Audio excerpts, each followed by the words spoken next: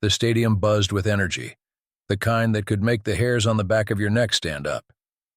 It was match day, and fans filled the seats, their chants echoing like a symphony of passion and pride. Among them was a figure no one expected to see. Not on this day, not in this way. Cristiano Ronaldo, dressed in a plain hoodie and jeans, walked unnoticed into the sea of fans, his face partially hidden by a cap. He moved quietly, blending into the crowd, his every step deliberate yet casual. No one recognized him at first. Why would they? The idea of Ronaldo, the global superstar, walking into a stadium as just another fan was unthinkable. But here he was, buying a ticket, taking his place in the stands and watching the game unfold like millions of others. He didn't want the VIP box. He didn't want the cameras. He wanted to feel what they felt, to be one of them, even if just for a day. As the game began, Ronaldo's eyes followed every movement on the field. The players fought hard, their sweat glistening under the stadium lights, but something felt off. The team he'd grown up idolizing, the one that had inspired him to chase greatness, was struggling. Their passes were sloppy, their energy flat. The fans around him groaned with frustration, their optimism fading with every missed opportunity. Then it happened. A fan sitting 2 rows in front of Ronaldo, a boy no older than 10, stood up and yelled, "We need Ronaldo! He would have never let this happen." His voice cracked with the kind of raw desperation that only a true believer could have. The crowd chuckled, some nodding in agreement, while others waved him off as just another overly passionate kid. Ronaldo smiled under his cap, but there was a flicker of something deeper in his eyes, something like longing. He remembered being that boy, shouting at the top of his lungs, dreaming of the day he could change everything. And yet, for the first time in years, he felt powerless. He wasn't out there on the field. He was just a fan. Suddenly, the crowd erupted. A scuffle had broken out between players on the pitch, tempers flaring as the referee rushed in to break it up. In the chaos, the ball rolled aimlessly across the field, and the home team's star forward fell clutching his ankle. Gasps rippled through the stands. The stretcher was brought out. The player was done for the night. The coach frantically scanned his bench, but the options were thin. The home team was down by a goal, their chances slipping away with every second. Ronaldo leaned forward, his heart pounding. He wanted to help. He needed to help. But how could he? He was just another face in the crowd, or so he thought. And then it happened, a voice from behind him. "Hey, you look like Ronaldo," someone said, half joking. A few fans turned to look, their faces shifting from amusement to disbelief. The murmurs grew louder. "Wait, is it? No way." Ronaldo froze. His cover was blown. What happened next would change everything. The murmurs turned into a roar as the realization spread like wildfire. "It's Ronaldo," someone shouted, and suddenly all eyes in the immediate section were on him. Fans scrambled to pull out their phones, their excitement contagious. Ronaldo held up his hands, signaling them to calm down, but the damage was done. His attempt to blend in as an ordinary fan had failed spectacularly. The commotion caught the attention of a nearby stadium official who quickly made his way toward Ronaldo. The man's face was a mix of shock and urgency. "Mr. Ronaldo, what are you doing here?" he asked, his voice barely audible over the growing chants of "Ronaldo! Ronaldo!" echoing from the crowd. Before Ronaldo could respond, the official leaned closer. "We're out of options on the bench. Our forward is injured, and this match is crucial. I know it's crazy, but—" He hesitated, as if struggling to believe what he was about to say. Could you step in? Just for the second half?" The crowd around him erupted in disbelief and excitement. Fans began chanting louder, their voices demanding an answer. Ronaldo's mind raced. He hadn't come here to steal the spotlight. He wanted to feel the game, not become it. But looking at the coach's desperation on the sideline and the hope in the eyes of the fans around him, he felt the pull of something greater than himself. "You can't be serious," Ronaldo said, half smiling, though his voice carried a weight of genuine conflict. The official's face grew earnest. "I am. You're here. The team needs you. This city needs you." Ronaldo glanced at the field. The players were regrouping, the energy tense and heavy. The opposing team smelled blood, ready to capitalize on the home side's loss. He looked at the fans, thousands of them, praying for a miracle. And then his eyes landed on the boy who had shouted earlier, the one who believed in him with every fiber of his being. The boy's face was lit up, his small hands clasped together as if in silent prayer. Something inside Ronaldo shifted. He turned back to the official, his jaw tightening with determination. "Get me some boots," he said. The crowd erupted, their cheers shaking the stadium. Ronaldo was escorted down the stairs, past a frenzy of fans reaching out to touch him. In the tunnel, chaos reigned as the coach, staff, and remaining players tried to process what was happening. "Are we really doing this?" one of the assistant coaches whispered to another. The head coach, barely containing his shock, stepped forward. "Ronaldo, are you sure this isn't your fight?" Ronaldo looked him square in the eye. "It is now." In the locker room, he laced up the boots someone had scrambled to find. They weren't his size and they weren't his preferred brand, but none of that mattered. As he tied the last knot, he felt a surge of adrenaline course through him. It wasn't just about winning this match. It was about showing every person in the stands, every kid with a dream, that no matter how far you've come, you're never too big to step up when you're needed. Walking back onto the field, the noise was deafening. Players on both sides stared, some in awe, others in disbelief. The referee hesitated, clearly unsure whether this was even legal, but the officials gave a nod. The announcer's voice crackled over the speakers. "Ladies and gentlemen, Cristiano Ronaldo is entering the game." As he took his position, the opposing team's captain approached, a smirk playing on his lips. "Didn't think I'd see the great Ronaldo today," he said, his tone dripping with mockery. "Think you can keep up? You're not as young as you used to be." Ronaldo didn't reply. He simply smiled, a quiet, confident smile that spoke louder than words. The whistle blew. The game was back on, and Ronaldo was about to remind the world why legends never fade. The ball rolled to Ronaldo's feet, and for a split second, the entire stadium seemed to hold its breath. The opposing players closed in quickly, determined to prove that even the great Cristiano Ronaldo could falter under pressure.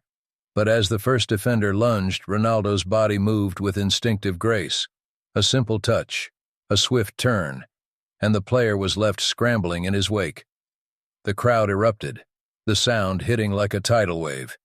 Ronaldo's movements were sharp, precise, and commanding, as though he'd never stepped off the pitch. His teammates, initially hesitant to rely on him, began to feed him the ball more and more. It wasn't just the technical skill he brought, it was the belief, the fire he reignited in them.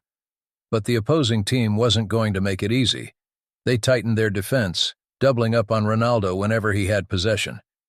It was clear their strategy was to exhaust him, force him into a mistake, and for a moment it seemed like it might work. Ronaldo's breathing grew heavier, his sprints slightly slower. Whispers spread through the crowd. Maybe he wasn't ready for this after all. Then it happened. A sudden foul on one of Ronaldo's teammates at the edge of the penalty area. The referee's whistle pierced through the tension, signaling a free kick. The fans roared, knowing exactly what this moment could mean. Ronaldo stepped up, the ball under his gaze like it was an old friend. He adjusted his stance, his every movement calculated, and the stadium fell silent. The opposing goalkeeper shouted instructions, waving his arms to position his wall of defenders. "He won't make it," the captain muttered to a teammate. But deep down, even he wasn't sure he believed that. Ronaldo took 3 steps back, inhaled deeply, and glanced up at the goal. The familiar rhythm of the crowd chanting his name filled the air. He closed his eyes briefly, as if replaying 1,000 such moments in his mind, and then opened them with razor-sharp focus. The whistle blew. Ronaldo charged forward, striking the ball with his signature technique, a perfect mix of power and spin. It soared over the wall, curving impossibly toward the top corner. The goalkeeper leaped, his fingers grazing the air, but it was too late. The net bulged, and the stadium erupted like a volcano. Fans screamed, jumped, and hugged strangers. It wasn't just a goal. It was a moment that would be remembered for generations. Ronaldo turned to the crowd, his arms outstretched in his iconic celebration as if to say, "Did you really think I couldn't?" But the game wasn't over yet. The score was now tied, and time was running out. The opposing team, desperate to reclaim their lead, pushed harder, their attacks relentless. Ronaldo barked orders to his teammates, organizing the defense like a true leader. It wasn't just his skill that shone. It was his presence, his ability to elevate everyone around him. Then in the final minutes, the unthinkable happened. The opposing team launched a counterattack, their striker breaking past the defense with alarming speed. The crowd gasped as the player neared the goal, poised to take the shot that could seal the match. Out of nowhere, Ronaldo sprinted back, his legs moving as though defying the years.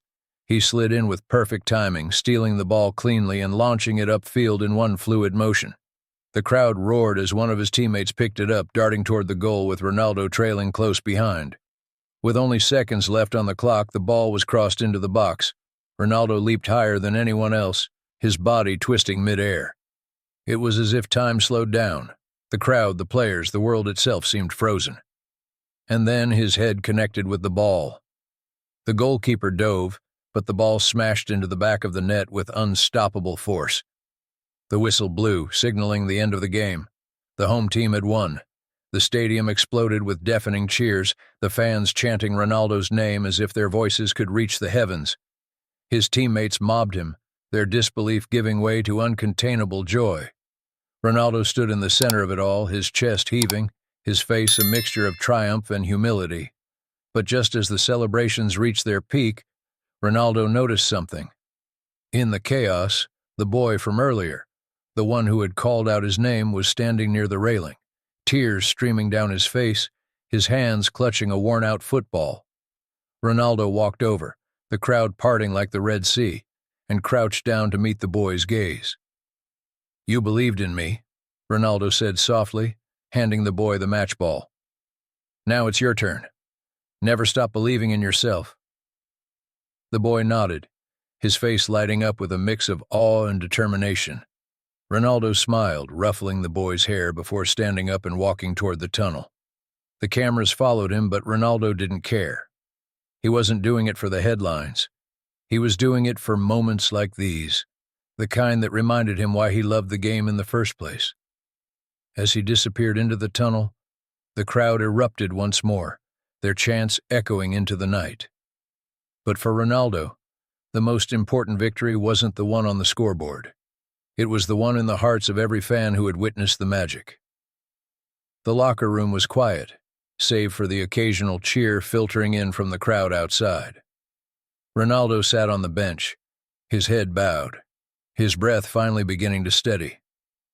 His teammates had already dispersed, each consumed by the euphoria of victory, leaving him with a moment to reflect. But just as he began to untie his boots, he felt a presence nearby. "Ronaldo," a voice said, hesitant but firm. He looked up to see the head coach standing before him, his face a mix of admiration and something else, uncertainty. Behind him was a man in a suit, holding a clipboard and wearing an expression that screamed official business.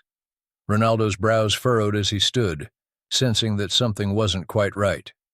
"I know this isn't the time," the coach began, "but there's someone here who needs to speak with you. It's important." Ronaldo nodded, his curiosity piqued. The man with the clipboard stepped forward. "Mr. Ronaldo," he began, his tone professional but slightly strained.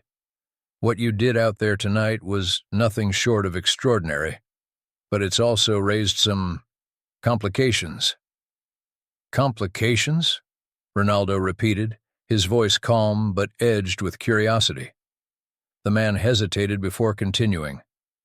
"You see, by entering the game, you technically violated several regulations. You're not an active player on this roster, and while the league is celebrating this as a historic moment, there are voices, powerful voices, demanding accountability." Ronaldo's jaw tightened, but he said nothing, letting the man finish.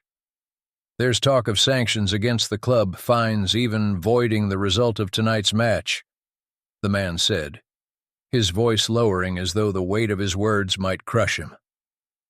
Ronaldo's mind raced. The victory, the joy, the hope he had reignited in the fans, all of it was now under threat. But before he could respond, the coach stepped in. "This isn't fair," the coach said, his voice rising with frustration. "You saw the impact he had, not just on the game but on the people. This wasn't about breaking rules.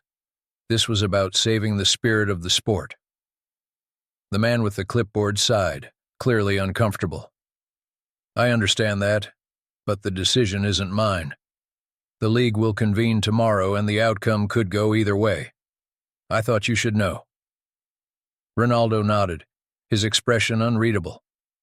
"Thank you," he said simply, dismissing the man with a quiet authority that left no room for argument. As the door closed behind him, the coach turned to Ronaldo, his frustration giving way to concern. "What are you going to do?" he asked.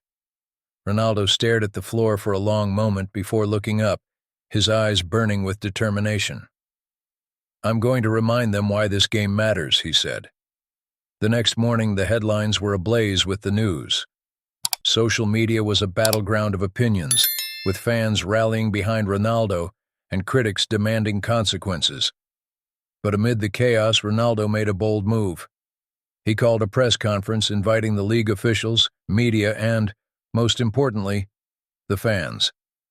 When he stepped onto the stage, the room fell silent. Cameras flashed, reporters whispered, and the world watched, waiting to hear what he had to say. Ronaldo approached the podium, his presence commanding, his voice steady. "Last night wasn't about breaking rules or defying regulations," he began, his words cutting through the tension like a blade. "It was about something much bigger. It was about reminding us all why we love this game." He paused, his gaze sweeping over the room. "Football isn't just a sport. It's a lifeline. It's what brings us together when the world tries to tear us apart. Last night, I wasn't just a player. I was a fan. And when I saw the hope in those stands, the belief, I couldn't sit by and do nothing." The crowd hung on his every word, the emotion in his voice palpable. "If the league decides to punish me, so be it. But I will not apologize for giving people hope, for reminding them that sometimes rules need to be broken to protect what truly matters." A murmur spread through the room, the reporters scribbling furiously, the league officials exchanging uneasy glances. Ronaldo stepped back from the podium, his statement as powerful as any goal he had ever scored. But it wasn't over yet. As Ronaldo prepared to leave, a familiar voice called out from the crowd, "Wait!" He turned to see the boy from the stands, his small figure pushing through the sea of reporters. In his hands was the match ball Ronaldo had given him. The boy's parents followed closely, their faces a mixture of pride and nervousness. The boy stood before Ronaldo, his voice trembling but determined. "I just wanted to say thank you, not just for the goal but for everything. You made me believe in something again." Ronaldo crouched down, his eyes softening. "No, thank you," he said.